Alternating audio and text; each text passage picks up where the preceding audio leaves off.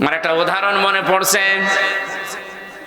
একটা ছেলে তার বাবার কাছে এসে কাঁদতেছে, ডাক দিয়ে বলে, আব্বু কি হয়েছে, কাঁদো কেন, কথা বলে না, কাঁদো কেন, কথা বলো না, কে কথা বলছো না? বলছে আমার পরীক্ষার রেজাল্ট দিয়েছে। তো ভালো কথা, পরীক্ষার রেজাল্ট দিয়েছে ভালো, কি পাস করেছো না ফেল? কথা বলে না। বলে ফেল করলে অসুবিধা নেই, তুই বল। ছেলেটা বলছে, আব্বা ফেল করলেও তো এক কথা ছিল, পাস করা তো দূরের কথা, ছিলাম 5-এ, নামিয়ে দিয়েছে 3। অন্তত ফেল করলেও তো ওই ক্লাসে থাকতে পারতো, আর এখন আমার নামিয়েছে, এখনো 5-এ উঠতে আমার আবার 3 বছর লাগবে। কোরআনে কারীম বাদ দিয়ে কোন মানুষ যদি আজ হেদায়েত পাওয়ার জন্য পৃথিবীর কোন জায়গায় যায়, ও যেখানে ছিল ওই জায়গা থেকে আল্লাহ ধাক্কা দিয়ে আরো নিচে নামিয়ে দেয়। আয়াতের ব্যাখ্যা একটা হাদিস পেয়েছি, মানিত্তাবাআল হুদা বিগাইরিল কোরআন আদাল্লাহুল্লাহ, তিরমিজি শরীফের হাদিস। নবীজি বলেন, যে ব্যক্তি কোরআন বাদ দিয়ে পৃথিবীর কোন জায়গায় ভালো হওয়ার নিয়তে, হেদায়েত পাওয়ার নিয়তে যাবে, আল্লাহ নিজে দায়িত্বশীল হয়ে তাকে হেদায়েতের রাস্তা থেকে দূরে সরিয়ে দেবে। শব্দটা কি ছিল বলেন তো? আদাল্লাহুল্লাহ। আদাল্লাহ ইউদিল্লু বাবে ইফআল থেকে এসেছে। যদি নবী দাল্লা ইয়াদিল্লু দিতেন তাও তো অর্থ হয়ে যেত, কিন্তু বাংলা অর্থ দ্বারা তো আপনি নিজেই নিজেকে খারাপ বানিয়ে ফেলেছেন। কিন্তু ইফআল থেকে আসার কারণে বাংলা অর্থ দাঁড়িয়েছে, আপনার হয়তো নিয়ত ভালো ছিল, আপনি ভালো হবার নিয়তে গিয়েছিলেন কোন জায়গায়, কিন্তু সেখানে কোরআন ছিল না, এই জন্য আল্লাহ নিজে দায়িত্ব নিয়ে আপনাকে আরো গোমরা বানিয়ে দেবে। আলহামদুলিল্লাহি রাব্বিল মাশরিকাইনি ওয়া রাব্বিল মাগরিবাইন আল্লাযী খালাকা কুল্লা শাইইন যাওজাইন ওয়া আওজাবা আলাইনাল ইহসানা বিল ওয়ালিদাইন ওয়া নাশহাদু আল্লা ইলাহা ইল্লাল্লাহু ওয়াহদাহু লা শারীকা লাহু ওয়া আশহাদু আন্না মুহাম্মাদান আবদুহু ওয়া রাসূলুহু সাজ্জিদুল কাওনাইন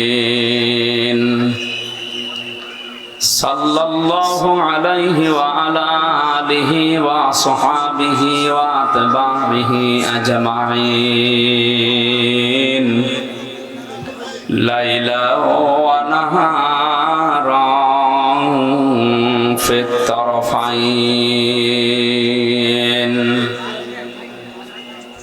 فقد قال الله تعالى في كلامه المجيد وبرهانه التوحيد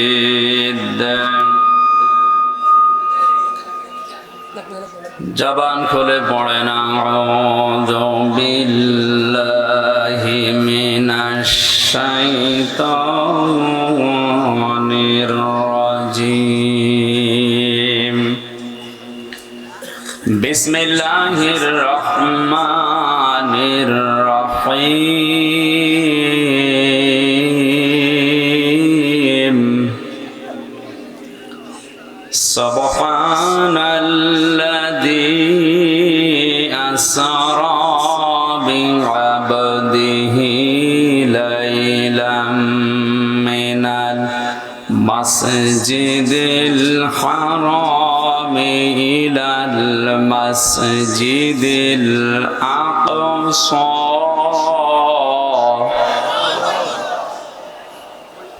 إلى المسجد الأقصى الذي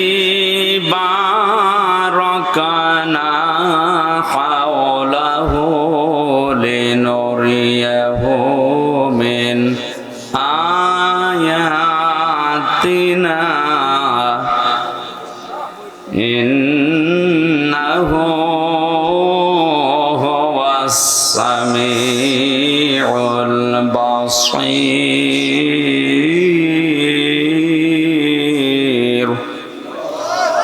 সাদাকতা ইয়া রাব্বানা। عن عبد الله بن مسعود رضي الله تعالى عنه قال قال النبي صلى الله عليه وسلم اتقي دعوة المظلوم فإنها ليس بينه وبين الله حجاب إلى آخر الحديث رواه مسلم. وقال تعالى في شأن رسوله إن الله وملائكته يصلون على النبي يا أيها الذين آمنوا صلوا عليه وسلموا تسليما. اللهم صل على محمد وعلى آل محمد كما صليت على إبراهيم وعلى آل إبراهيم إنك حميد مجيد. اللهم بارك على محمد وعلى آل محمد كما باركت على إبراهيم وعلى آل إبراهيم إنك حميد مجيد.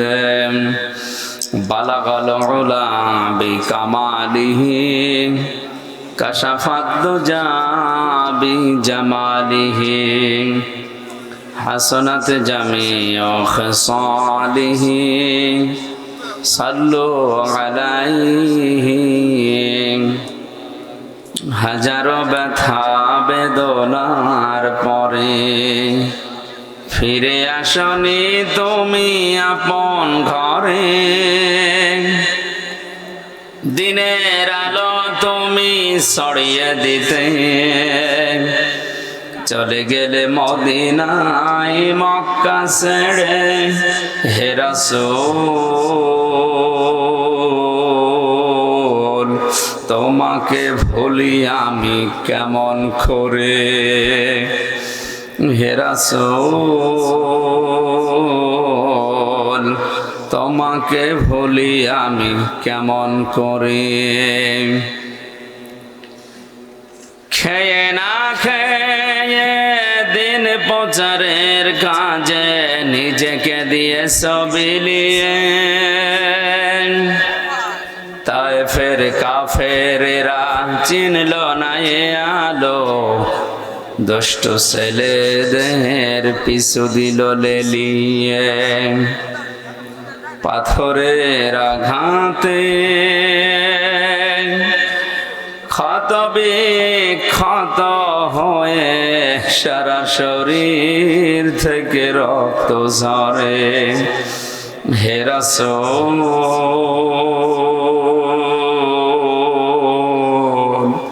তোমাকে ভুলি আমি কেমন করে। হেরার গুহায় তোমারই ধ্যান, আসমান থেকে নামে আল কোরআন। ভাঙলো সবার ভুল তোমারই পরে, আসলো কোরআনের ছায়া তলে। খালিদ ওমর আলী আবু বকর ইসলামী ঝান্ডা নিল যে তুলে। আল আমিন তুমি ছিলে চিরদিন, সকল মানুষের তরে। হে রাসূল তোমাকে ভুলি আমি কেমন করে। হাজারো ব্যথা বেদনার পরে ফিরে আসনি তুমি আপন ঘরে। দিনের আলো তুমি ছড়িয়ে দিতে চলে গেলে মদিনায় মক্কা ছেড়ে হে রাসূল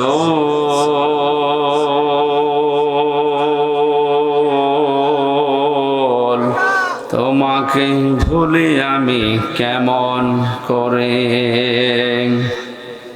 আলহামদুলিল্লাহ। বাংলাদেশের ঐতিহ্যবাহী জেলা ফরিদপুর, ভাঙ্গা থানার অন্তর্গত। এবার হালকা কমিয়ে দিন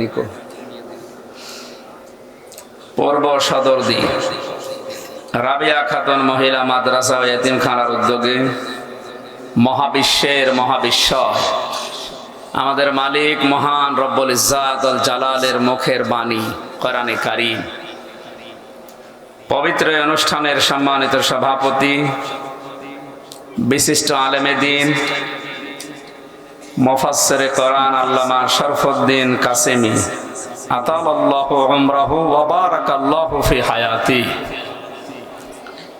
মাহফিলের প্রধান অতিথি শাইখুল মাশায়েখ, সদ্য কারামুক্ত লক্ষ কোটি যুবকের হৃদয়ের স্পন্দন, ইসলামিক চিন্তাবিদ, শিক্ষাবিদ, হাজারো আলেমের উস্তাদ, শ্রদ্ধাভাজন বড় ভাই মুফতি হারুন ইজহার চট্টগ্রাম, দামাত বারকাতুহুমুল আলিয়া। এ মাহফিলে আলোচনা রেখেছেন সদ্য কারামুক্ত সারা বাংলার আলোড়ন সৃষ্টিকারী বক্তা, ইসলামিক চিন্তাবিদ, মুফাসসির কোরআন জনাব মাওলানা রফিকুল ইসলাম মাদানী নেত্রকোনা। কোরআনে কারীম এবং হাদিস থেকে কথা বলেছেন মুফতি ওবায়দুর রহমান হোসাইফি, মাওলানা মাসউদুর রহমান, মাওলানা মিজানুর রহমান ফরিদি, মুফতি মোস্তফা কামাল। আমন্ত্রিত ওলামা একরাম, অনেকগুলো আলেমের নাম এখানে দেখতে পাচ্ছি। ওয়ারফা'না লাকা যিকরাক, আলেমদের সম্মান মর্যাদা আল্লাহ যেন আরো বাড়িয়ে দেন। এখন আলেম কারা? ইমাম ইবনে তাইমিয়া রাহমাতুল্লাহ আলাইহি বলেন, আলেমের ভেতরে তিনটা গুণ পাওয়া যায়। কয়টা? এক নম্বরে তারা আল্লাহর কালাম নিয়ে চিন্তা ভাবনা করে। দুই নম্বরে তারা আল্লাহর ইবাদতে লিপ্ত থাকে। তিন নম্বরে তারা আল্লাহর অসন্তুষ্টিমূলক কাজ থেকে নিজেকে বাঁচিয়ে রাখার সর্বাত্মক চেষ্টা করে। জেলখানায় আমিও 3টা বছর কাটিয়ে আসলাম। আলেমদের আসলে কোরআন নিয়ে চিন্তা ভাবনা করা, এইটা এখন দিন দিন অনেক কমে গেছে। অন্য মানুষ তো করেই না, অনেক আলেম পর্যন্ত এ লাইনে এখন নেই। দ্বিতীয় নম্বরটা আমি অনেকের ভেতরে পাই বা পেয়েছি যে ইবাদত বন্দেগী আল্লাহর এরা চেষ্টা চালায়। শাইখুল হাদিস ইবনে শাইখুল হাদিস আল্লামা মামুনুল হক রহমত দামাত বারকাতুহুমুল আলিয়া, ওনার সাথে আমি যতদিন অবস্থান করেছিলাম পাশাপাশি রুমে প্রায় 2 বছর 8 মাস ছিলাম। ওনার ইবাদত বন্দেগী, ইখলাস, কোরআনে কারীমের যে দক্ষতা, বিশেষ করে কোরআন ইয়াদ রাখার ব্যাপারে, এবং তার এলেম আছে, আরবি ভাষাভাষী, এই লাইনে হাদিসের ওপরে অগাধ জ্ঞান আল্লাহ তাকে দিয়েছেন। মা বাবার পক্ষ থেকে তো পেয়েছে, নিজেও চেষ্টা চালিয়েছে। আল্লাহর এই গোলামের যে ইবাদত বন্দেগী গুলো পাশাপাশি থাকা অবস্থায় দেখেছিলাম, আল্লাহ যেন তাকে মুক্ত করে আমাদের মাঝে ফিরিয়ে দেন। 3 নম্বরে আল্লাহর অসন্তুষ্টিমূলক কাজ থেকে আলেমদেরকে বিরত থাকা লাগবে। আমি সহ যারা এসেছি এখানে, আলেম নামে যারা পরিচিত, আল্লাহ আমাদেরকে যেন তার অবাধ্যতা, অসন্তুষ্টিমূলক কাজ থেকে বিরত থাকার তৌফিক দান করেন। এই জগৎ বিখ্যাত আলেম ইমাম ইবনে তাইমিয়া রাহমাতুল্লাহ আলাইহি এরপরে লিখেছেন, আমরা হক্কানি আলেম বলে অনেক দরবার থেকে চিৎকার শুনি, যেটা হক্কানি দরবার, হক্কানি আলেম। উনি বলেন হক্কানি আলেম পৃথিবীতে পাওয়া যায় 3টা জায়গায়। 1 নম্বরে মাটির নিচে। কোথায়? আপনি মাটির নিচে খোঁজ করবেন, হক্কানি আলেম অবশ্যই পাবেন। ইমাম বুখারী রহমতুল্লাহ আলাইহি কি ছিলেন? কথা বলেন না কেন? ইমাম আবু হানিফা রহমতুল্লাহ আলাইহি, ইমাম মালিক রহমতুল্লাহ আলাইহি, আমরা যা নাম শুনি মুসাদ্দেদ আল ফেসানি রহমতুল্লাহ আলাইহি, সব হক্কানি আলেম, সব পাওয়া যাবে কোথায়? দ্বিতীয় নম্বরে হক্কানি আলেম যদি কেউ খুঁজতে যায় তার জিহাদের ময়দানে গেলে পাওয়া যাবে। তামাম দুনিয়া তাকান, মনে হয় যে তামাম দুনিয়া এখন বদরের ময়দান। এখন যদি বলেন কই আমার কাছে তো খুব ভালোই মনে হচ্ছে, আপনি তো লাইনে নেই। সত্যি আলেম পাওয়া যায়, হক্কানি আলেম যারা, তারা যে জিহাদের ময়দানে সময় কাটাচ্ছে। জিহাদের ময়দান মানে শুধুমাত্র তরবারি নিয়ে, বম নিয়ে ওই ময়দানে যাওয়া না। আজকে কোরআনের কথাগুলো বলার জন্য যে ময়দান, এইটা এখন বাস্তবে জিহাদের ময়দান। এত কঠিন হয়ে গেছে কোরআনের সঠিক কথাগুলো তুলে ধরা এই ৯৬% মুসলমানের দেশ, অন্য দেশের কথা তো বাদই দিলাম। ৩ নম্বরে হক্কানি আলেম পাওয়া যাবে জালেমের জেলখানায়। আজ যে ৩ জন কথা বলছে আমরা উপরে, ৩ জনই সদ্য কারামুক্ত হয়ে এসেছি। আল্লাহর কাছে দোয়া করছে, মাবুদ মুক্ত জীবনে যখন ফিরিয়ে দিয়েছো, আমার আগের অবস্থায় সেই শরীর, সেই কণ্ঠ আবার ফিরিয়ে দাও। সামনে বসা মুসলমান ভাইরা, পর্দার আড়ালের সম্মানিতা মা এবং বোনেরা, প্রশাসনের ভাইরা, প্রাণ প্রিয় ফরিদপুরবাসী, এ মাহফিলের সর্বোচ্চ চেষ্টা যারা চালিয়েছে, আপনাদের এই আসনের মাননীয় এমপি জনাব শেখ মুজিবুর রহমান নিক্সন চৌধুরী, যুবক মানুষ, আল্লাহ রাব্বুল আলামিন তার জীবনের ভালো কাজগুলো যেন কবুল করে। মানুষ হিসাবে যে অন্যায়গুলো করেছে আল্লাহ যেন মাফ করে দেন। সবাইকে নিয়ে আমরা মাবুদের দরবারে শুকরগুজার হচ্ছি, যিনি আমাদেরকে এখনো পর্যন্ত সুস্থ রেখেছেন। খুশি হয়ে বলেন আলহামদুলিল্লাহ। দরুদ আর সালাম পড়ছি আমাদের নবী মুহাম্মদুর রাসূলুল্লাহ সাল্লাল্লাহু আলাইহি ওয়াসাল্লামের প্রতি, যারা আদর্শ পেয়ে আমরা খুশি না বেজার। আমরা এখানে যারা বসে আছে অনেকেই জানি যে মানুষ ওযু করলে 7টা কারণে ওযু ভেঙে যায়। কয় কারণে? 19টা কারণে নামাজ ভেঙে যায়। কয় কারণে? এরকম রোজা ভাঙা, যাকাত ভেঙে যাওয়া, হজ ভেঙে যাওয়া, ইসলামের যতগুলো ইবাদত আছে ওগুলো ভেঙে যাওয়ার কিছু কিছু কারণ আছে। সবচাইতে মূল্যবান যেটা আমাদের জন্য জান্নাতে যেতে হবে, যেটা নিয়ে, তার নাম ঈমান। তার নাম কি? ঈমানও ভেঙে যায়, নষ্ট হয়ে যায়, ঈমান ব্যর্থ হয়ে যায় 10টা কারণে। কয়টা কারণে? এর 5 নম্বর কারণ হচ্ছে যারা বিশ্ব নবী বাদ দিয়ে অন্য কাউকে আদর্শ হিসাবে গ্রহণ করে, ওদের ঈমান নষ্ট হয়ে যায়। এ দেশে তো নেই। আমরা একটা জরিপ পেয়েছিলাম কিছুদিন আগে, বাংলাদেশে 100 ভাগের 15 ভাগ লোক শুধু বিশ্ব নবীকে একমাত্র আদর্শ বলে মানে, বাকি 85 ভাগ মানুষ নবীকে আদর্শ মানে না, এমনি নবী মানে। কথা বুঝতেছে?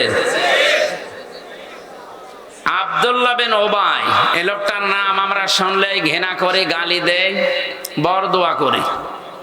অথচ ওর জীবনী পুরা পড়ে দেখেছি, পুরা জীবনে শুধু একটা ভুল ছিল। কয়টা?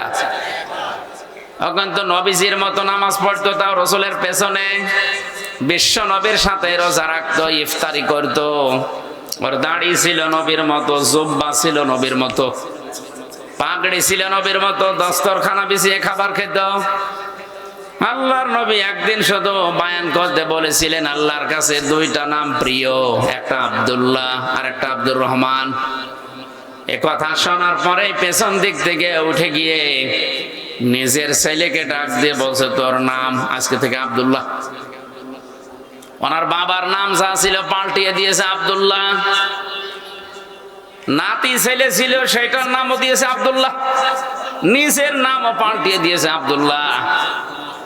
আপনি দেখেন শুধু আব্দুল্লাহর ছড়াছড়ি কি শুনেছিল, রাসূলুল্লাহ বলেছিলেন আল্লাহর কাছে প্রিয় নাম আব্দুল্লাহ। এই কারণে আমি যে কথা বলছি এখান থেকে শিক্ষা নেবেন।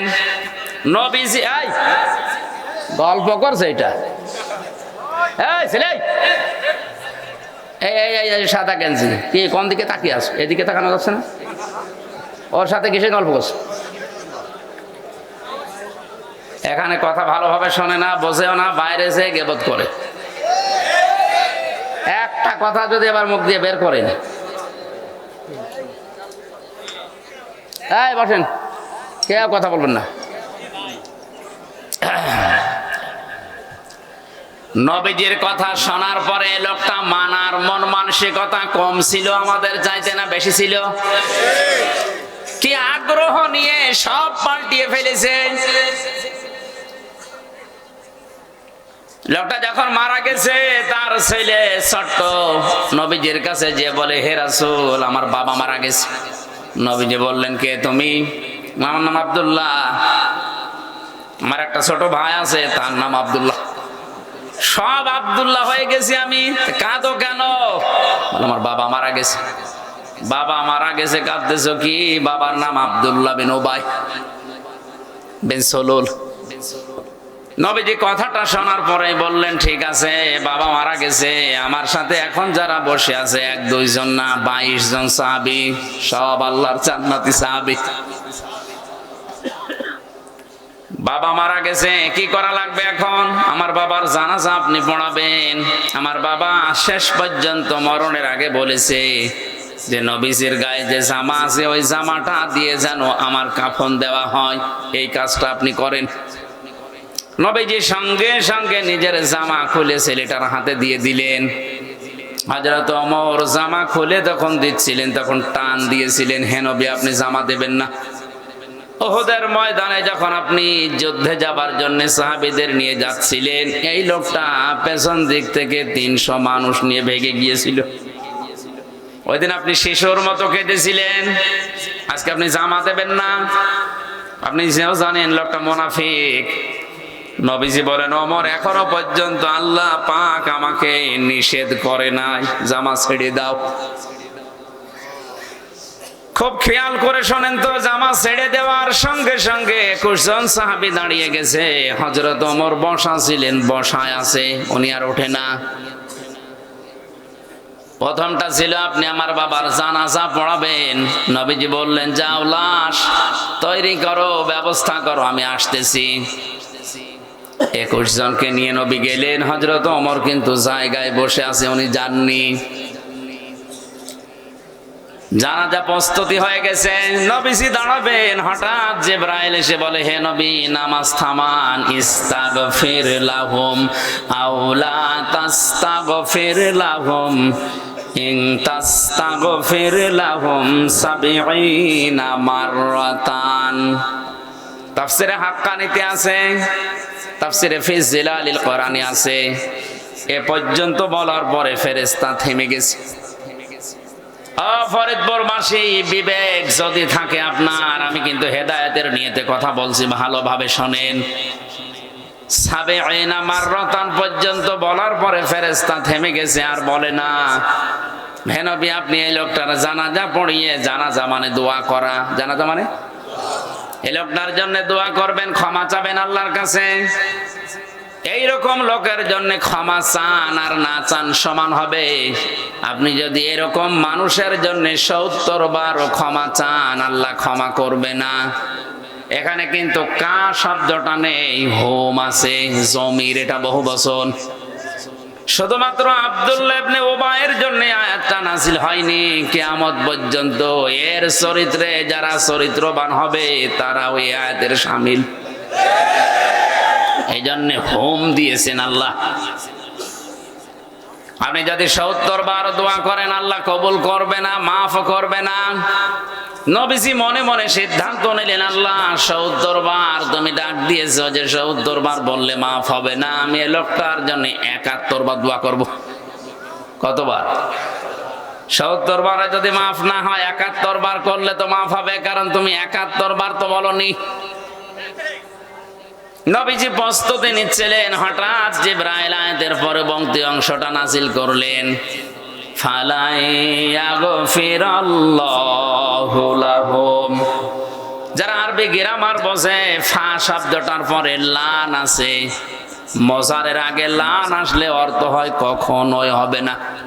শুধু হবে না তা না, এটা বর্তমান, ভবিষ্যৎ, প্রেজেন্ট, ফিউচার, দুইটা কাল নিয়ে শব্দটা আল্লাহ গঠন করেছে।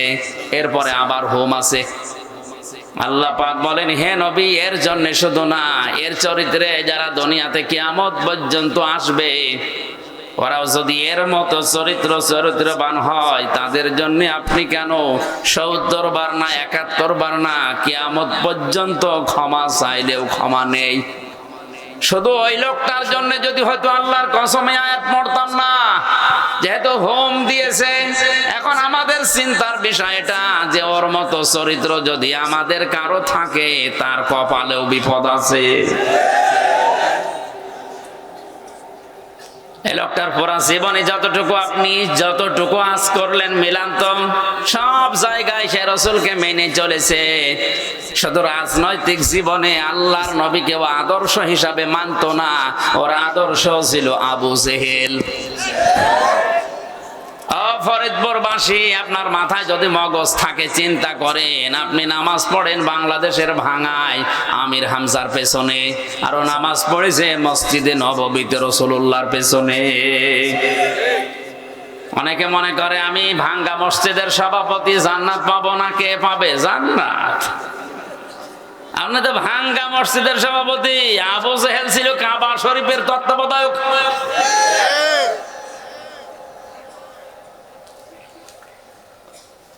তাহলে এই লোকটার ইমান ভেঙে গেছে। এই যে 10টা কারণে মানুষের ইমান ভেঙে যায়, তার 5 নাম্বার কারণটা বলেছিলাম, আল্লাহর নবী বাদ দিয়ে অন্য কাউকে যারা আদর্শ হিসাবে মেনে নেবে, তার ইমান ভেঙে যায়, নষ্ট হয়ে যায়।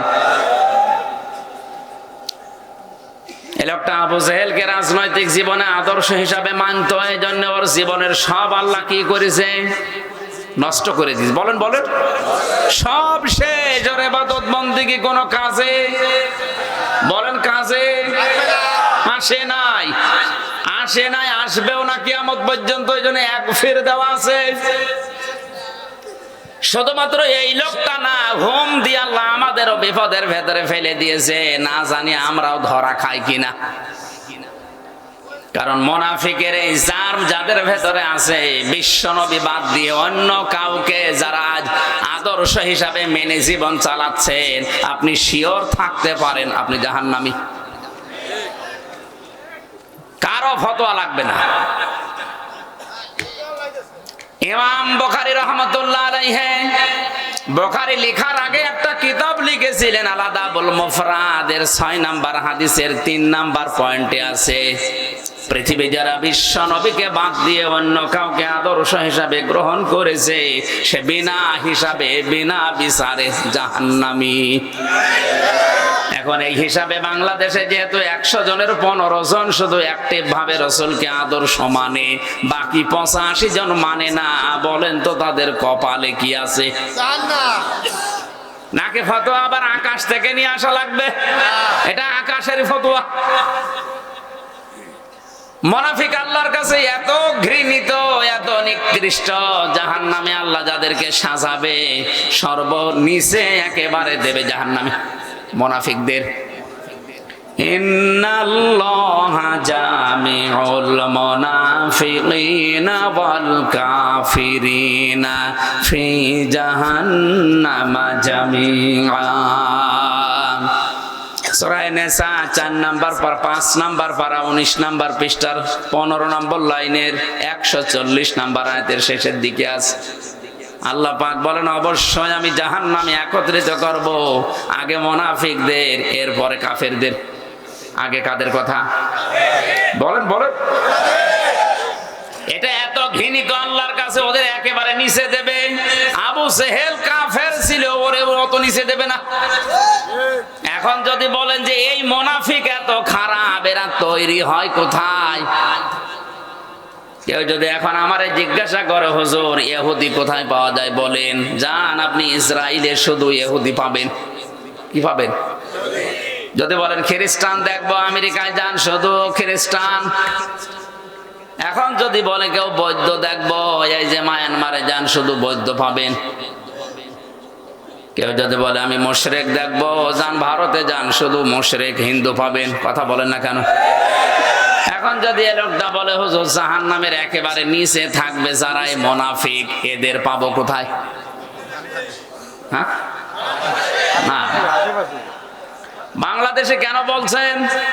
কারণ নবীজি ইন্তেকালের আগে জানিয়েছেন মুনাফিক এটা শুধুমাত্র তৈরি হবে কিয়ামত পর্যন্ত মুসলমানদের ভেতরে। এটা ইহুদি খ্রিস্টান বৌদ্ধ হিন্দু মাজুসি এদের ভেতরে মুনাফিক তৈরি হয় না, ওরা সরাসরি কাফের। সরাসরি মুনাফিক তৈরি হবে শুধুমাত্র কাদের ভেতরে? যেহেতু এই দেশে ৯৬% মুসলমান, সুতরাং এইটা থাকার সম্ভাবনা বেশি। মুনাফিকের যতগুলো চিহ্ন আছে দেখলে আপনি বুঝবেন তার ভেতরে সবচাইতে বেশি ৩টা। মুনাফিক দেখলেই বুঝবেন আপনি কথা বললেই মিথ্যা কথা বলে। ইদা হাদ্দাসা কাযিবা, যখন কথা বলে কি বলে? কয়েকদিন আগে চট্টগ্রাম থেকে আসার সময় এক নেতা, আমি নাম নিলাম না, আমারে বলছো হুজুর আর কত মিথ্যা কথা বলবো, আমি আর পারছি না, আমার জীবন শেষ হয়ে গেল। সকাল থেকে শুরু করে রাত ১১টা ১২টা পর্যন্ত শুধু মিথ্যা, আমি আর পারছি না। ধোঁকা দিয়ে মানুষকে বোকা বানিয়ে আর কত রাখবো, আমি আর পারলাম না। অথচ মুসলমান। নবীজি বললেন কথা বললে যে মিথ্যা কথা বলে এই লোকটা কি? ও মুসলমান দাবি করে আজ আমাদের মতো মুসলমানদের ধোঁকা দিয়ে বোকা বানিয়ে রেখেছে। আমরা মনে করছি নামের আগে মোহাম্মদ আছে, নামের শেষে হুসাইন আছে, ওরা মনে মুসলমান। মুসলমান বলে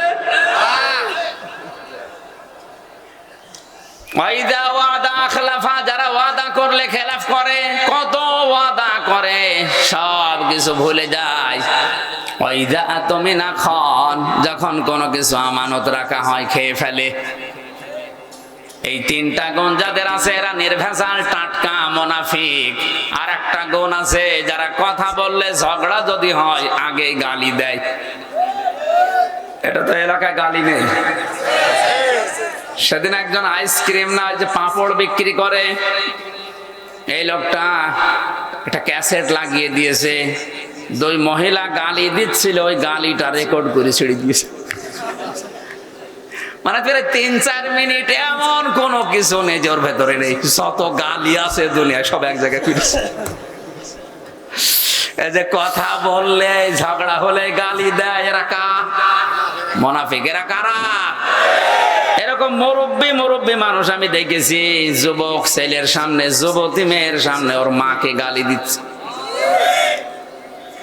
আপনার কবে হোশ ফিরবে বলেন তো? ওই ছেলেটা যদি এখন আপনারা ধরে পিটায়, কে বাঁচাবে আপনারে? আমার বোঝানোর বিষয় ছিল বিশ্ব নবীকে বাদ দিয়ে যারা অন্য কাউকে আদর্শ হিসাবে মেনে দুনিয়ায় চলেন, আপনার কিন্তু নামাজ, রোজা, হজ, যাকাত, দাড়ি, টুপি, পাগড়ি, জুব্বা সব মাঠে মারা যাচ্ছে। আপনারা যদি আল্লাহ মাফ করে দেয় এরপরেও, তাহলে আব্দুল্লাহ বিন উবাইকেও মাফ করা লাগবে। কথা বলেন না কেন? এজন্য আপনাকে বাঁচার জন্য আমি এতক্ষণ পর্যন্ত এই অ্যাডভার্টাইজ গুলো করছি। ফিরে আসেন, আল্লাহ পাক যেন 15 ভাগ না 100 ভাগ মানুষকে দেশে বিশ্ব নবীকে মেনে চলার তৌফিক দেন। এটা রজব মাসের 29 তারিখ, আর মাত্র একটা দিন আছে।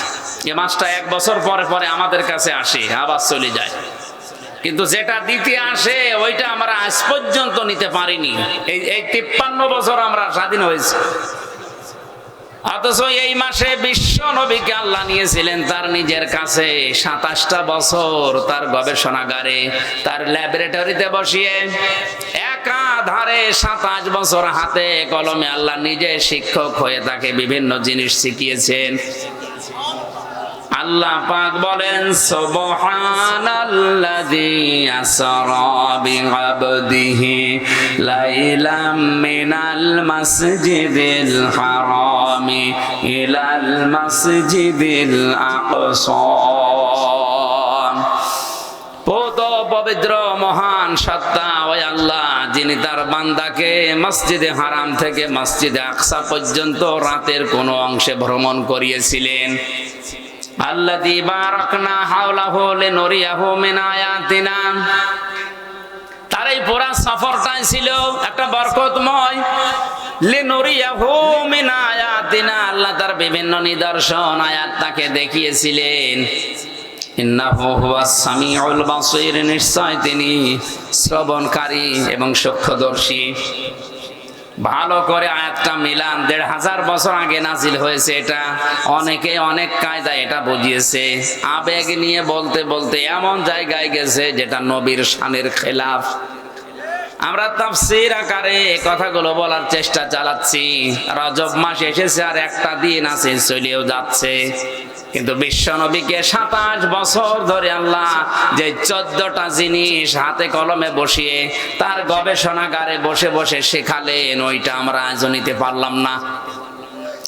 আমরা যদি এ মাসকে সম্মান দিতে চাই, এ মাসকে যদি মর্যাদা দিতে চাই, ইন্নাল ইদ্দাতাশ শুহুরি ইনদাল্লাহি ইসনা আশারা শাহরান ফি কিতাবিল্লাহ ইলা আখিরি আয়া।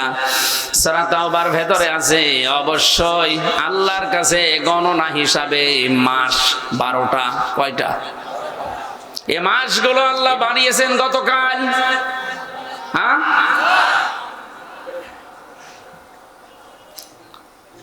আল্লাহ পাক বলেন আসমান জমিন আমি যেই দিন সৃষ্টি করি ওই দিন এই 12টা মাসের নাম আমার কিতাবের ভেতরে আমি লিখে রেখেছিলাম। জোরে বলেন সুবহানাল্লাহ। আমার বয়স 33 বছর। এই যে মাস চলছে রজব মাস, এই মাসের বয়স কিন্তু 33 বছর না।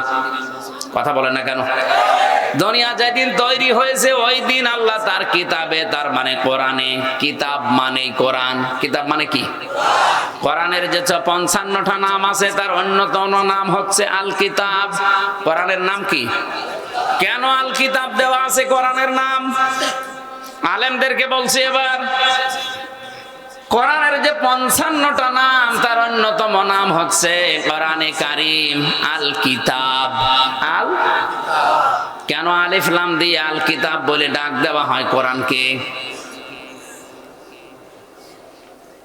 এখানে যদি কোনো আলেম থাকেন, এর ব্যাখ্যা যদি জানা থাকে আপনি আরো ভালোভাবে শুনবেন। যালিকাল কিতাবু লা রাইবা ফীহি, এই যে কিতাবের আগে আলিফ লাম দিয়ে নির্ধারিত করে দিয়েছেন, এর ভেতরে সন্দেহ নেই, ভুল নেই, শুধু না সন্দেহের লেশ পর্যন্ত নেই। কেন? কারণ পৃথিবীতে আমি তাফসীর পড়তে গিয়ে পেয়েছি একমাত্র, কেবলমাত্র, শুধুমাত্র মানুষকে হেদায়েত দিতে পারে যে কিতাব, তার নাম কোরআনে কারীম। নির্দিষ্ট করে দিয়েছেন এই কিতাবকে আল্লাহ। হেদায়েত দেওয়ার মতো একটাই কিতাব আছে, আমরা এর কাছে আজ নেই, এজন্য যত উন্নত দাবি করছি আরো নিচে নেমে যাচ্ছি। আরো আসতে বলেন। আমার একটা উদাহরণ মনে পড়ছে। একটা ছেলে তার বাবার কাছে এসে কাঁদতেছে, ডাক দিয়ে বলে, আব্বু কি হয়েছে? কাঁদো কেন? কথা বলে না। কাঁদো কেন? কথা বলো না। কে কথা বলছো না? বলছে আমার পরীক্ষার রেজাল্ট দিয়েছে। তো ভালো কথা, পরীক্ষার রেজাল্ট দিয়েছে ভালো, কি পাস করেছো না ফেল? কথা বলে না। বলে ফেল করলে অসুবিধা নেই, তুই বল। ছেলেটা বলছে আব্বা ফেল করলেও তো এক কথা ছিল, পাস করা তো দূরের কথা, ছিলাম 5-এ, নামিয়ে দিয়েছে 3।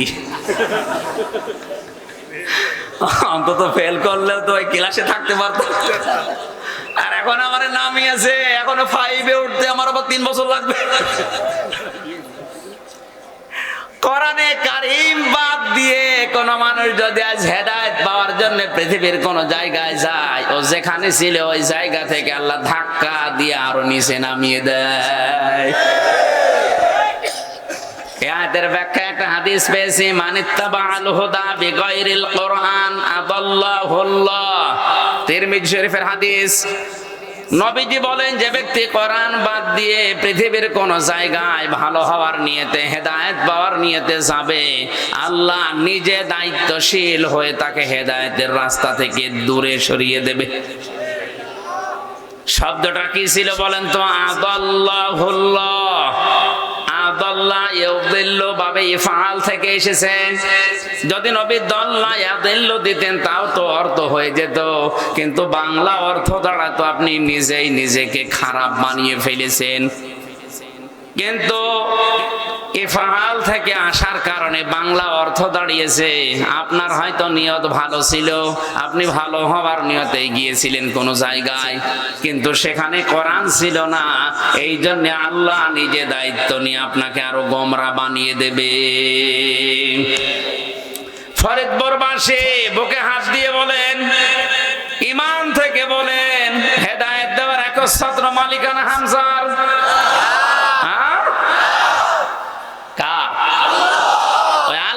যদি কাউকে হেদায়েতের রাস্তা থেকে দূরে ফেলে দেয়, আরো নিচে নামিয়ে দেয়, কে আছে তাকে হেদায়েতের পথ দেখাবে?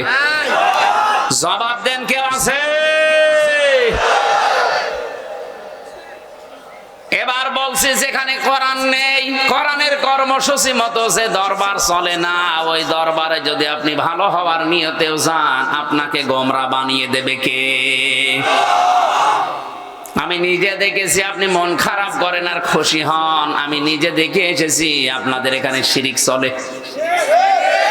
যেভাবে যাওয়া লাগে আবার এইভাবে আসা লাগে, এটা প্রকাশ্য শিরিক।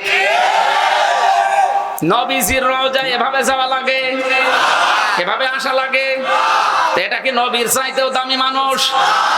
কোন কারণে শিরিক চলবে? আবার নাম দিয়েছে বিশ্ব ওলি। কিভাবে হয় আপনি বলেন তো? এই ভাঙ্গা মসজিদে যদি এখন যে দেখেন যে ইমাম সাহেব দাড়ি কেটে সাফান সাফা নামাজ পড়বে, কি বলবেন বলেন তো? হুজুর আপনি দাড়ি কাটলেন কেন? ইমাম সাহেব যদি বলে, বেটা মুসল্লি, তোর তো দাড়ি নেই, ও বলবে, হুজুর দাড়ি কেটে মুসল্লি হওয়া যায়, দাড়ি কেটে ইমাম হওয়া যায় না। দাড়ি কেটে ভাঙ্গা মসজিদের ইমামতি করা যায় না, দাড়ি কেটে বিশ্ব ওলি হওয়া যায়। আরো জোরে। তার মানে কোরআনের নিয়ম নীতি যেহেতু চলছে না, বুঝতে হবে ওখানে গেলে মানুষ আরো খারাপ হবে, আর খারাপ বানাবে আমির হামজা। আরো জোরে।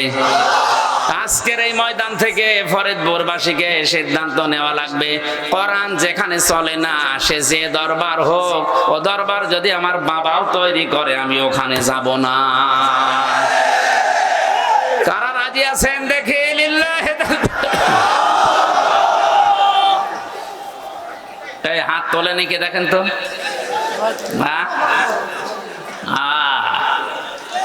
আলহামদুলিল্লাহ ভাই। এবার দ্বিতীয় পয়েন্টটা বলি, মানবেন তো?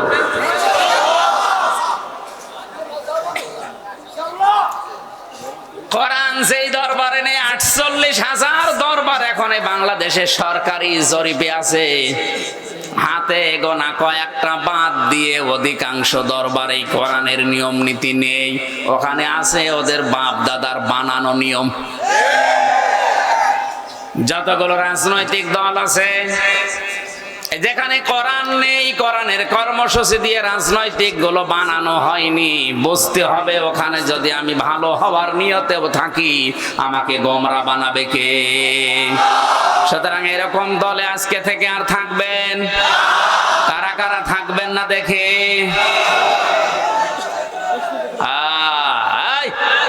ওয়াজ হয়ে গেছে, মোনাজাত করে দিলাম না, আর কি ওয়াজ করব? এইটা যদি মেনে নেওয়া যায়, যেখানে কোরআন নেই ওই দলে আমি নেই, যেখানে কোরআন আর কিছু থাকে? 96% মুসলমান। কালকে এই বাংলাদেশে ইসলাম কায়েম হয়ে যাওয়ার কথা। যদি এই হাদিসটা আপনি ইফআল থেকে যে শব্দটা নবীজি দিলেন, বাবে ইফআলের এটা যদি বুঝে শুনে হাত তুলে থাকেন, আল্লাহর কসম এদেশে ইসলাম কায়েম হতে বেশি দেরি হওয়ার কথা না। কিন্তু আমি জানি আলেমরা ছাড়া অধিকাংশ মানুষগুলো এই শব্দটা বোঝে নাই, আন্দাজে হাত তুলেছে। তাহলে আমার মূল কথা ছিল কি, বিশ্ব নবী বাদ দিয়ে অন্য কাউকে যারা আদর্শ হিসাবে মেনে নিয়েছে, ওর নামাজ, রোজা, হজ, যাকাত, দাড়ি, টুপি, পাগড়ি, জুব্বা সব পানিতে পড়েছে। কথা বলেন, কথা বলেন। আমাদের ঈমান আর নেই, নষ্ট হয়ে গেছে, ভেঙে গেছে ঈমান। এখন আবার নতুন করে আমাদের ঈমান আনা লাগবে। যাদের আদর্শ এখনো বিশ্ব নবী হয়নি, আল্লাহ তুমি এদেরকে সহজে এটা বোঝার তৌফিক দাও, বলেন আমিন। এই নবীকে আল্লাহ নিয়ে গেলেন, কত বছর লেগেছিল? সে জন্মের পর থেকে মেরাজের কাহিনী আমরা শুনেছি, কিন্তু শিক্ষা ছিল মাত্র 14টা। কয়টা? অনেকে এই 14টা শিক্ষা আমরা জানি না। মসজিদে আকসা থেকে মসজিদে হারাম থেকে আকসা পর্যন্ত নিয়ে এই যে 27টা বছরে আল্লাহ তার বিভিন্ন নিদর্শন দেখালেন। আসমান জমিনের কত নিগূঢ় তথ্যগুলো তাকে দেখালেন। জান্নাত দেখিয়েছেন, জাহান্নাম দেখিয়েছেন, পুলসিরাত দেখিয়েছেন, মিজানের পাল্লা দেখিয়েছেন, যত কিছু দেখার সবগুলো তাকে দেখিয়েছেন। এখানে আলেমদের কাছে আমার প্রশ্ন হচ্ছে, অনেকে আমরা মনে করি মিজানের পাল্লা দাড়ি পাল্লা। মিজানের পাল্লা, হ্যাঁ, মিজান শব্দের শাব্দিক অর্থ হচ্ছে মানদণ্ড। এই জন্য আপনি হাইকোর্টের সামনে দেখবেন একটা দাড়ি পাল্লা টাঙানো আছে। কি ওটা দুই দিকে সমান না একদিকে ঝোলানো আছে? সরকার বাহাদুর ওইটা ওই জায়গায় দিয়ে দেশের জনগণকে বোঝাতে চায়, দুনিয়ায় যেখানে যা করো অন্তত হাইকোর্টে আসলে ন্যায় বিচার পাবা। আমরা তো পাচ্ছি নাকি? আমার একটা ঠনকো মামলা, যেটার রায় দিয়ে দিলেও মাত্র 3 বছর 3 মাস জেল হয়, সেই মামলা কতবার হাইকোর্টে উঠেছে, আমি ন্যায় বিচারই পেয়েছি। উঠলেই ঘুরিয়ে দেয়, আবার সিএমএম কোর্ট, আবার জজ কোর্ট, আবার হাইকোর্ট, এ যেতে যেতে আবার লাগে 5 মাস। আর এক একবারের খরচ 70-80 হাজার 1 লাখ টাকা করে। একটা মামলা যদি 30 বার ওঠে, বলেন কত টাকা গেছে? বলেন সুবহানাল্লাহ। তাহলে ন্যায় বিচার আমরা পাচ্ছি, মিজানের পাল্লা দিয়ে রেখেছে। বাস্তবতা কি বলেন তো এবার? মিজান আল্লাহ পাক নবীকে দেখিয়েছেন। হ্যাঁ, এই আয়াতটা নিয়ে আলেমদের ভেতরে, মুফাসসিরদের ভেতরে মানে মতভেদ আছে, কিন্তু আমার দৃষ্টিতে যেটা আধুনিক তাফসিরে মনে হয়, মিজানের পাল্লা বলতে আমরা মনে করি কিয়ামতে আল্লাহ দাড়ি পাল্লা নিয়ে আসবে, এইদিকে 10 কেজি সওয়াব তুলে দেবে, এইদিকে 11 কেজি গোনা তুলে দেবে, যেদিকে ভার হবে ও জাহান্নামে যাবে। কোন জিনিস কি এইভাবে মাপামাপি করবে? বলেন বলেন। পৃথিবীর প্রতিটা জিনিস মাপ দেওয়ার জন্য একটা যন্ত্র আছে। এখন যদি বলা হয় এই প্যান্ডেলটা মেপে দেন, এটা দাড়ি পাল্লা তুলে দেবেন? কথা বলছেন এখন? এটা মাপার জন্য যন্ত্র কি? ফিতা। বলেন বলেন। ফিতা, ফিতা, টেপ, ফিতা যাই বলেন, এদিকে কয় ফিট আছে, এদিকে কয় ফিট আছে, একটা মাপ দিলেই বুঝতে পারবেন এটা কতটুকু। এখন যদি বলা হয় এই জায়গাটা মেপে দেন, দাড়ি পাল্লা তুলে দেবেন? বলেন বলেন। ওটা মাপার জন্য এটা যন্ত্র নেই। কেউ যদি বলা হয় যে চাইল মেপে দেন, গুনে গুনে মাপবেন, ওটা মাপার জন্য একটা কেজি আছে, পাথর আছে, বাটখারা আছে আলাদা। এখন যদি বলেন ভাই তেল মেপে দেন, হাতে এভাবে লাগিয়ে লাগিয়ে মাপবেন, ওটার জন্য আবার লিটার আছে, সিসি আছে। কথা বলছেন এখন? প্রতিটি জিনিস মাপ দেওয়ার জন্য একটা যন্ত্র আছে। আমাদের যে আমল বা কাজ, এইটা মাপার জন্য একটা যন্ত্র আছে। আমল বা কাজ মাপার যন্ত্রের নাম হচ্ছে গুরুত্ব। কি বললাম? গুরুত্বের ভিত্তিতে কাজ মাপা লাগে। এই যে প্যান্ডেলটা বানিয়েছে এর ভেতরে গুরুত্বপূর্ণ বিষয় হচ্ছে খুঁটি আর এই সামিয়ানা। কথা বলে না কেন? হ্যাঁ, অনেক অপ্রয়োজনীয় জিনিসও আছে যেগুলো না হলেও প্যান্ডেল হয়, যেমন এই লাইট, এই যে ফুল, এই ক্যামেরা। কথা বলে না কেন? এগুলো না থাকলে কেউ বলবে না যেটা প্যান্ডেল। বলেন বলেন। তাহলে এগুলো কম গুরুত্বপূর্ণ? গুরুত্বপূর্ণ জিনিস হচ্ছে আসল এই সামিয়ানা আর এই খুঁটি। এই দুইটা না থাকলে অন্তত এইটা ধরে রাখা। আরো জোরে। পৃথিবীর প্রতিটি মানুষের যে 60, 70, 80, 90 বছরের কাজ আমল, এইটাও মাপবে আল্লাহ কিয়ামতে, ঠিক, কিন্তু গুরুত্বের ভিত্তিতে। তাহলে এখানে কয়টা গুরুত্বপূর্ণ জিনিস পেলাম? আরো জোরে।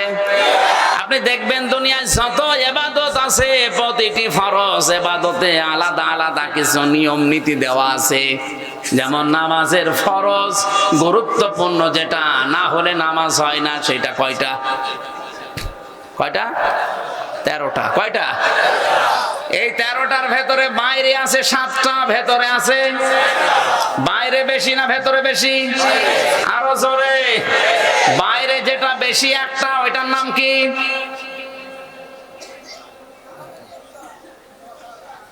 শরীর পাক।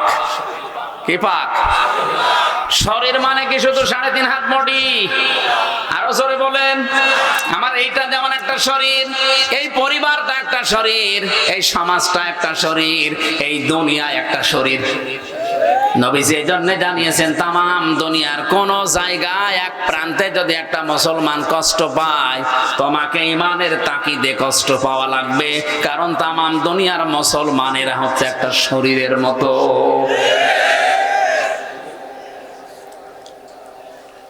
এখন আমার যে শরীরটা পাক হচ্ছে, খালি বারবার গোসল করলেই তো আমার এই 3.5 হাত বডি মনে করেন পাক হয়ে গেল। আমার সমাজও একটা শরীর, এইটা পাক করার জন্য এরেও গোসল করানো লাগবে। হ্যাঁ, সমাজ পাক করার জন্য কে দিয়ে গোসল করাবেন? এত পানি পাবেন কোথায়? এবছর শ্যাম্পু দেওয়া লাগবে। হ্যাঁ, কোনটারে?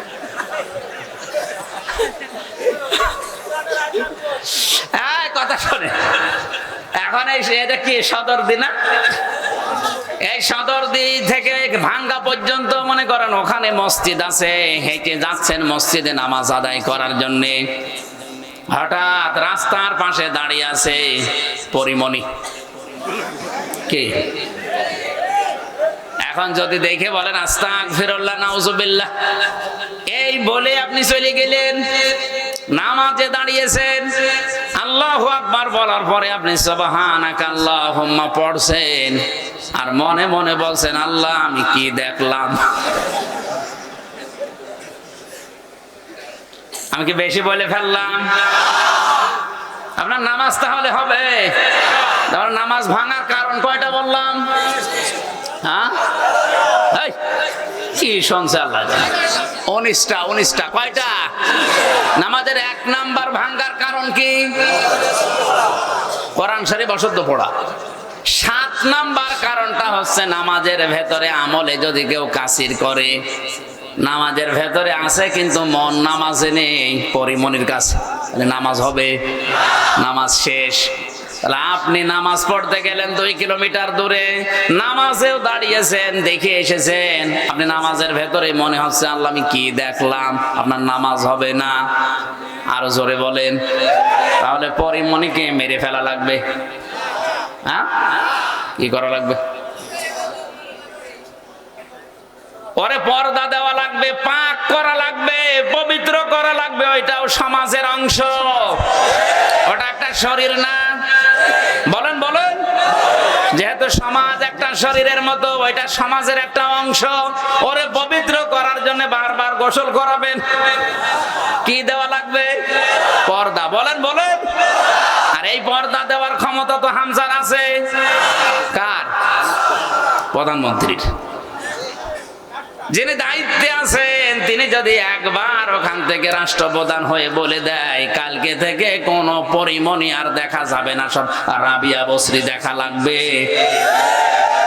আমির হামজারা আর চিল্লিয়ে ওয়াজ করা দরকার নেই, কালকে সব পরিমণি রাবিয়া বসরি হয়ে যাবে। তখন আপনি নামাজে যাবেন ঠিক, তখন আর মনে হবে না কি দেখলাম, কারণ কিছু দেখতেও পারবেন না। তাহলে আমরা বলছিলাম নামাজের ভেতরে ফরজ কয়টা? বাইরে ভেতরে মিলে 13টা। এই 13টার একটা ফরজও যদি কেউ ছেড়ে দেয় 12টা আদায় করেছে, সওয়াব হবে শূন্য, জিরো। এখন যদি বলে না আমার 12টা আদায় হয়েছে, অন্তত 10টা সওয়াব দেন, দেবে। কারণ আপনি মৌলিক জিনিস নষ্ট করে ফেলেছেন। কথা বলেন না কেন?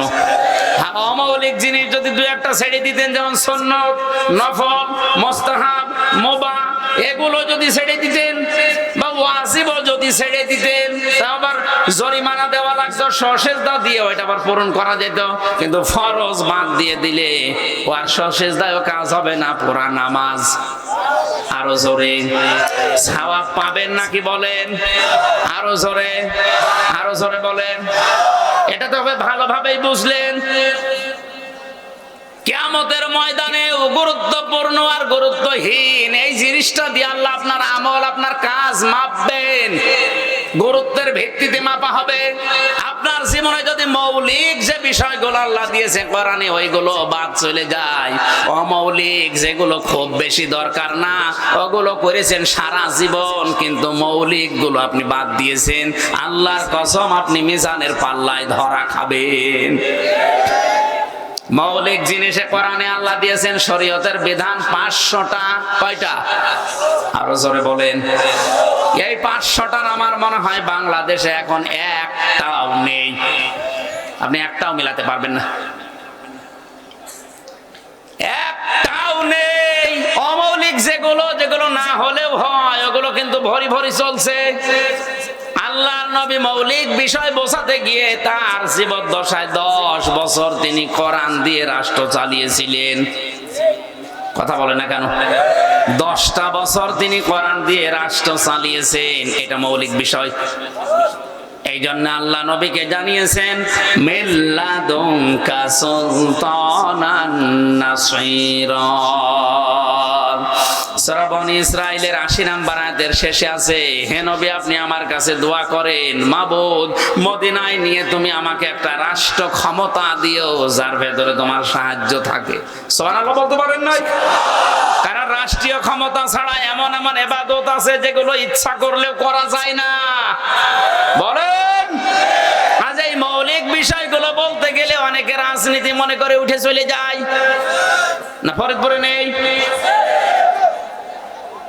আপনি অমৌলিক বিষয়গুলো বললে তা ধরে শোনেন, আর মৌলিক বিষয়গুলো বললে রাজনীতি মনে হয় আপনার কাছে। আমার মনে হয় নবীজি যদি এখন জীবিত থাকতেন আর ফরিদপুরে এসে এভাবে ওয়াজ করতেন, আপনার কাছে রাজনীতি মনে হইতো। এজন্য সহজ ভাষায় বলছে মৌলিকটা বাদ দেবেন না। মান তামাসসাকা বিসুন্নতি ইনদা ফাসাদি উম্মতি ফালাহু আজরু মিয়াতি শাহীদ। আমার উম্মতের যখন দুরবস্থা চলবে, ওই সময় যদি আমার কোন উম্মত একটা মরা সুন্নাত জিন্দা করতে পারে, কিয়ামতের দিন সে 100 গলা কাটা শহীদের সওয়াব নিয়ে উঠবে। আমি হিসাব করলাম, হাদিসটা পড়ে দেখি মরা সুন্নাত কোনটা? টুপি মাথায় দেওয়া। বলেন না, এটা মরা না। কেউ মাথায় দেয়, কেউ মাথায় দেয় না, এটা মরে যায়নি। দাড়ি রাখা সুন্নাত, এইটাও মরা না, কেউ রাখে কেউ রাখে না। এখন বলে না কেন? মেসাক করা সুন্নাত, এইটাও মরে যায়নি, কেউ করে কেউ করে না। দস্তরখানা বিছিয়ে ভাত খাওয়া সুন্নাত, এইটাও মরা না, কেউ খায় কেউ খায় না। আমার এই শত দৃষ্টিতে যে ধরা পড়েছে মরা সুন্নাত ওইটা। 10 বছর নবী কোরআন দিয়ে রাষ্ট্র চালিয়েছেন, 53 বছরের একদিনও কোরআন দিয়ে রাষ্ট্র চলেনি। এটা কি সুন্নত? আরো জোরে, জোর হলো না? এই মরা সুন্নতের কথা যখন আমরা এই রজব মাসে 14টা কর্মসূচি দিয়ে বলতে যাই, তখনই কিছু মানুষের গাত্রদাহ শুরু হয়, বলে এবার রাজনীতি হচ্ছে। ওর ঈমান থাকার কথা বলেন বলেন। ও যদি 10 বার হজ করে ওটা বেঈমান। কারণ নবীজি নিজে রাষ্ট্র চালিয়েছেন 10 বছর, প্রধানমন্ত্রী ছিলেন, আর আপনার এই কথা শুনলে রাজনীতি মনে হয়? নবী এখন বেঁচে থাকলে আপনি উল্টাপাল্টাই বলতেন। এজন্য কিয়ামতে মৌলিক বিষয়গুলো যেন আমাদের বাদ চলে না যায়। নবীজিকে আল্লাহ মিজানের পাল্লা দেখিয়েছেন, যত নিদর্শনগুলো একটা একটা করে দেখিয়ে 27টা বছরে 14টা জিনিস তাকে শেখালেন। এবার নিয়ে আসলেন দুনিয়ার ধরাধামে নিয়ে আসলেন বিশ্ব নবীকে আল্লাহ যে 14টা জিনিস এই রজব মাসে দিয়েছেন, আমি একটা একটা করে এবার সিরিয়াল করে বলছি। এই শেষ করে দেব। কথা বোঝার পরে না বোঝার ভান করে যদি কেউ চলে যান, আপনার ঈমানে সমস্যা হবে। যদি মনে করেন ভালো লাগছে না, অন্য উল্টো দিকে যাচ্ছে, আপনি একটা ভুল ধরেন, কোন আলেম নিয়ে আসবেন, নিয়ে আসেন। আমি এতক্ষণ যা বলেছি, সামনে যা বলবো, একটা কথা যদি কেউ ভুল প্রমাণ করতে পারে কোরআন হাদিসের বাইরে, আমি নাকে খড় দেব। কিন্তু যদি ভুল প্রমাণ করতে না পারেন, আপনাকে মেনে নেওয়া লাগবে। আপনি নিজেও কোরআন হাদিস গভীর ভাবে পড়েন না, কেউ বোঝালে আপনি বসবেনও না। আপনি কি, আপনি তো আবু জেহেলের চাইতেও খারাপ। আবার বলছে এই সলিমদ্দি তুই চলে আয়।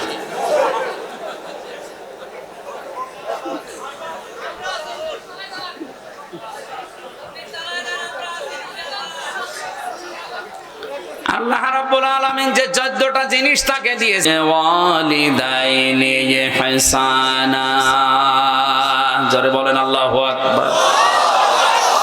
আল্লাহ পাক বলেন আমি ফয়সালা দিয়ে দিলাম, লিখে দিলাম, আমি সিদ্ধান্ত নিয়েছি, রায় দিয়েছি যে আমি আল্লাহ ছাড়া কারো ইবাদত করা যাবে না। এই কথাটা মিরাজ থেকে নবীকে আল্লাহ দিয়েছেন। তাহলে আল্লাহর রায় প্রথম নাম্বারে হচ্ছে আল্লাহ ছাড়া কারো ইবাদত চলবে না। কথা বলেন ঠিক কি না? এখন আল্লাহ ছাড়া ইবাদত পৃথিবীতে এখন আছে না নেই? এখানে কজ শব্দের ব্যাখ্যায় আমি পেয়েছি রায়। রায় হয় দুনিয়ায় প্রায় 4 প্রকার। আমাদের বাংলাদেশে যারা আদালতে আছে, তাকান এই দেশে রায় হয় কয় প্রকার বলেন না কেন? ফরিদপুরের যে রায় হয়, ম্যাজিস্ট্রেট কোর্ট থেকে আপনার বিরুদ্ধে রায় দিয়েছেন, আপনি যদি বলেন আমি মানি না, তাহলে আবার আরেকটা মামলা হবে।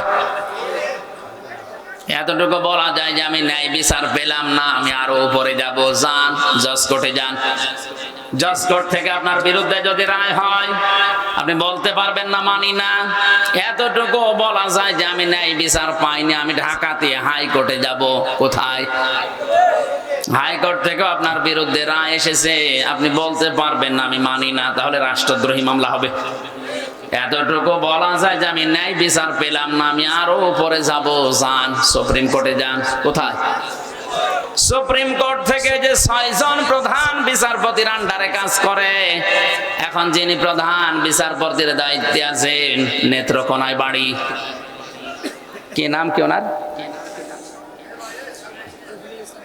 না না, ফয়েজ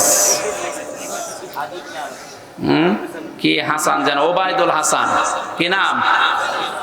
ওবায়দুল হাসানের নেতৃত্বে যে মানুষগুলো কাজ করছে বিচারপতির সুপ্রিম কোর্ট থেকে, আপনার বিরুদ্ধে যদি রায় আসে, আপনি যদি বলেন আমি মানি না, চলবে। শুধু আপনি না, এদেশের 18 কোটি মানুষ ওই রায় মেনে নিতে বাধ্য। কারণ ওনাদের উপরে এদেশে আর কোন কোর্ট, বলেন বলেন, ওবায়দুল হাসানের উপরে কোন বিচারপতি এদেশে আর, তাহলে উনি একবার রায় দিলে আপনি না, আপনার বাবা না, এদেশের 18 কোটি মানুষ মেনে নিতে বাধ্য। আমার মাঝে মাঝেই মনে হয় প্রধান বিচারপতি ওবায়দুল হাসানের চাইতে আমার আল্লাহর ক্ষমতা একটু কম না? মানে কতটুকু বেশি? আল্লাহ পাক বলেন ইয়া মা'শারাল জিন্নি ওয়াল ইনসি ইন ইসতাতা'তুম আন তানফুযু মিন আকতারিস সামাওয়াতি ওয়াল আরদ فانفضوا لا تنفضون إلا بسلطان فبأي آلاء ربكما تكذبان জবান খুলে কোরআনের এই আয়াতটা পড়েন ফাবিআই আলাই রাব্বিকুমা তুকাযযিবান আল্লাহ পাক এই আয়াতটা এত বারবার এজন্য দিয়েছেন, হে পৃথিবীর জিন আর মানুষেরা, আমার আইন মানতে যদি ভালো না লাগে, আমি যে রায় দিয়েছি কোরআনে, আমার রায়গুলো যদি পছন্দ না হয়, আমার আসমানের নিচে জমিনের উপর থেকে বের হয়ে যা। কোথায় যাবি? যেখানে যাবি ওই জায়গা আমার। কথা বলে না কেন? বাংলাদেশের 56,000 বর্গ মাইল, প্রধান বিচারপতির সর্বশেষ রায় মেনে না নিলে আপনাকে কিয়ামতের আগে দেশে থাকতে দেবে না, অবশ্যই আপনাকে বের করে দেবে। কথা বলে না কেন? হ্যাঁ, এই দেশ থেকে আপনি অন্য দেশে নাগরিকত্ব নিয়ে হয়তো বসবাস করতে পারবেন। আল্লাহ পাক যে রায় দিলেন, ওই রায় না মেনে আপনি কোথায় যাবেন? ভারতে, ওইটা কার? কথা বলেন। আমেরিকায় যাবেন, ওইটা কার? এই জন্য আল্লাহ দিয়েছেন ফানফুযুলা তানফুযুনা ইল্লা বিসুলতান। কোথায় যাবি? যেখানে যাবি ওই জায়গার রাজত্ব আমি আল্লাহর। সুতরাং আমার জমিন আমার আসমান ছেড়ে যাওয়ার কোনো জায়গা নেই, বাধ্য হয়ে তোরে আমার রায় মানা লাগবে। এর প্রথম শিক্ষা হচ্ছে আল্লাহ ছাড়া কারো ইবাদত আজকে থেকে। আরো জোরে, ইবাদত এই শব্দটা ব্যাপক অর্থবোধক। জীবনে আমি 9টা ইবাদত মিলিয়েছি। ব্যক্তিগত জীবনের ইবাদত আছে না নেই? আরো জোরে বলেন। ব্যক্তিগত জীবনের ইবাদত কি? মানুষের সাথে আপনি কথা বলবেন কি করে, এখানেও ইবাদত আছে না নেই? ফাকুলু লিন-নাসি হুসনা। আল্লাহ পাক বলেন মানুষের সাথে কথা বলো ভালো ভালো কথা, হাসি মুখে। এদের ব্যাখ্যায় হাদিস পেয়েছি, নবীজি বলেন কেউ যদি জানতে চায়, বুঝতে চায়, দেখতে চায় যে আমার ইবাদত বন্দেগী কবুল হচ্ছে কিনা, তাহলে তার লক্ষ্য করা উচিত তার আচরণটা মানুষের সাথে কেমন। ওর আচরণ যদি উত্তম হয়, ভালো হয়, ওর মুআমালাত মুআশারাত যদি ভালো হতে থাকে, সে যেন মনে করে আমার ইবাদত পেছনেরটা কবুল হয়ে গেছে। জোরে বলেন সুবহানাল্লাহ। এই হাদিসটা মাঝে মাঝে আমার সামনে যখন আসে, আমার আচরণটা আসলে মানুষের সাথে কেমন হচ্ছে, যদি খারাপ হয়ে থাকে বুঝবেন আপনার পেছনের ইবাদত কবুল হয়নি। আর যদি পরিবর্তন হয়ে যায়, মার্জিত হয়, আপনি ভদ্র নম্র, মানুষের সাথে আচরণ যদি আপনার ভালো হয়, বুঝবেন আপনার পেছনের ইবাদত আল্লাহ কবুল করে নিয়েছে। এর দলিল কোথায় আছে? 4 নাম্বার পারার 13 নাম্বার পৃষ্ঠার 13 নাম্বার লাইনের 185 নাম্বার আয়াতের মাঝে আছে ফামান যুহসিহানিন নার ওয়া উদখিলাল জান্নাতা ফাকাদ ফাজ। ওই লোকটার জীবন সফল যাকে আমি আল্লাহ আস্তে আস্তে করে জাহান্নামের কাজগুলো ছেড়ে দেওয়ার তৌফিক দিয়েছি, আর জান্নাতের কাজগুলো গলার তৌফিক তাকে দিয়েছি। জাহান্নামের কাজ আস্তে আস্তে ছেড়ে দেয়, জান্নাতের কাজ আস্তে আস্তে এগিয়ে যায়। এই লোকটার জীবন সফল। অহংকার করা জাহান্নামী মানুষের কাজ। কথা বলে না কেন? শয়তান অহংকার করেছিল, এই জন্য শয়তান অহংকারী, জাহান্নামী। এই কথা বলুন। ক্বালা খুরুজ মিনহা মাদউমান মাদহুরা লামান তাবিআকা মিনহুম লামলাআন্না জাহান্নামা মিনকুম আজমাইন। আল্লাহ পাক বলেন দূর হয়ে যা, এখান থেকে বেরিয়ে যা, অপদস্থ, ঘৃণিত, নিন্দিত হয়ে চলে যা। শুধু এতটুকুই না, দুনিয়াতে তোর অনুসরণ যারা করবে তাদেরকে দিয়ে তোর সাথে আমি জাহান্নাম পূর্ণ করব। জোরে বলেন নাউজুবিল্লাহ। শয়তান ছিল অহংকারী। কি আরো জোরে? জোর হলো না? অহংকার করা হারাম। এটা কি? কারো ভেতরে যদি যাররা পরিমাণে অহংকার থাকে ওরে আল্লাহ জান্নাতে দেবে না, ওর জন্য জাহান্নাম ওয়াজিব। এখন অহংকার আছে কিনা বুঝবেন কি করে? ভালো করে শোনেন, খুব খেয়াল করে শুনবেন। সাহাবী প্রশ্ন করলেন, হুজুর আমার ভেতরে অহংকার আছে, আমি কিভাবে টের পাবো? নবীজি বললেন, যারা মানুষদেরকে ছোট মনে করে, হেয় প্রতিপন্ন করে, মানুষকে দাম দিতে চায় না। 2 নম্বরে যারা সত্যকে সত্য জানার পরে বোঝার পরেও গ্রহণ না করে অ্যাবাউট টান করে চলে যায়, এর ভেতরে অহংকার আছে। ইন্নী ওয়াজ্জাহাতু ওয়াজহিয়া লিল্লাযী ফাতারাস সামাওয়াতি ওয়াল আরদা হানিফা ওয়া মা আনা মিনাল মুশরিকিন। আমরা মনে করি এটা জায়নামাজের দোয়া। আরে ভাই, এটা যে কি দোয়া আপনি আজ পর্যন্ত টের পাননি? হযরত ইব্রাহিম আল্লাহকে খোঁজ করতে করতে সর্বশেষ এই কথা বলেছিলেন, আমি সবার দিক থেকে মুখ ফিরিয়ে নিলাম, আমি একনিষ্ঠভাবে আমি আল্লাহর দিকে ফিরে আসলাম। আমি কিন্তু মুশরিক না। আমি কি? আমি